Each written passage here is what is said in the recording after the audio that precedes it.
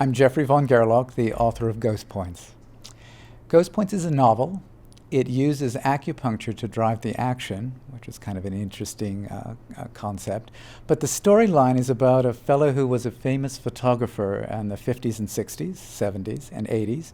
He's now reached the end of his life, into his later years. He is friendless, without money, and unwilling to sort of go into the life of relying on the charity of others. He decides to graciously exit and commit suicide. So he pawns the camera that has been the lens through which he has viewed his entire life, which made him a famous man, and decides to commit suicide. Whilst he's slipping away into his death, he's stumbled upon by a neighbor who happens to be a young acupuncture student and is taken to the hospital. Now, what the story is about and how it functions is there's something called the 13 ghost points. It's a sort of a legendary modality in Chinese medicine, and these 13 points were used reputedly in ancient times to revive one from coma or death.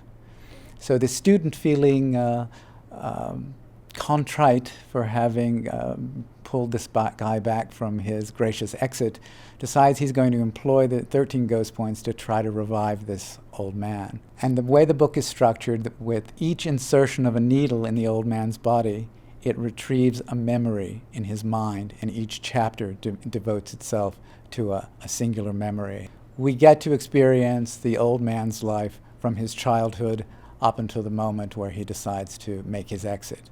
During the experience of treating the old man as recompense for his ungracious act, the young student strives to discover who this man was, and he goes through his belongings and sees his photographs and reads his poetry and his journals, and he himself is transformed as a result of having the experience of discovering another person's life.